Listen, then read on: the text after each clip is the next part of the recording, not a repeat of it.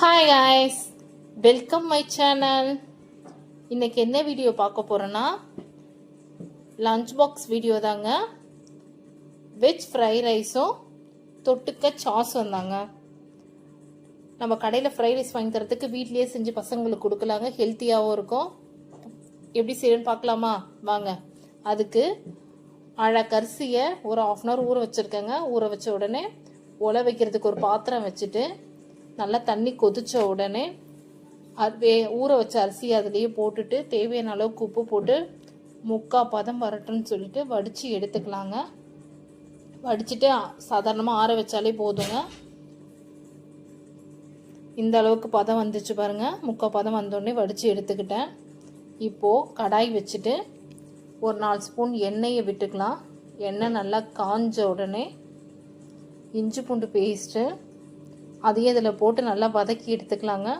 நல்லா வதங்கின உடனே கோஸ் நல்லா நீளமாக அரைஞ்சிருக்கேன். கோஸு குடமிளகாயும் நீளமாக அரைஞ்சிருக்கேன். பீன்ஸு பொடிஸாக அரைஞ்சிருக்கேங்க. இப்போதைக்கு எங்கிட்ட கேரட் இல்லை, நீங்கள் கேரட்டையும் ஆட் பண்ணிக்கோங்க.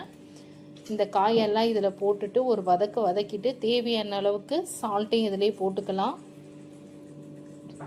சால்ட்டை போட்டுட்டு நல்லா வதக்கிக்கலாங்க. நல்லா ஒரு 5 மினிட்ஸ் நீங்கள் அப்படியே கொஞ்ச நேரம் வதக்கி விட்டுக்கிட்டே இருந்தீங்கன்னா காய் வந்து பாதி பாகம் வெந்துடும். வெந்ததுக்கப்புறம் நான் ஃப்ரைட் ரைஸ் மசாலா தாங்க ஆட் பண்ணியிருக்கேன்.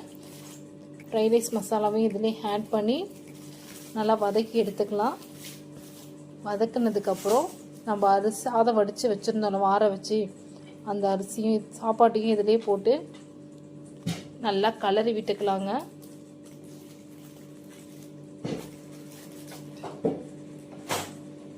அரிசி உடையாது. நம்ம தாராளமாக நல்லா கலர்லாம், ஏன்னா நம்ம 3/4 பதத்துக்கு தான் வேக வச்சு எடுத்துருக்கோம். அதனால் நல்லா கலரி விட்டுக்கலாம்.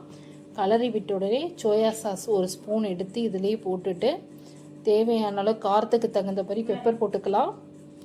போட்டுட்டு கொத்தமல்லியும் பொடிசாக அரிஞ்சு இதிலே ஆட் பண்ணி நல்லா கலரி விட்டு இறக்குனீங்கன்னா சுவையான ஃப்ரைட் ரைஸ் ரெடி. நீங்களும் ட்ரை பண்ணி பாருங்கள். பா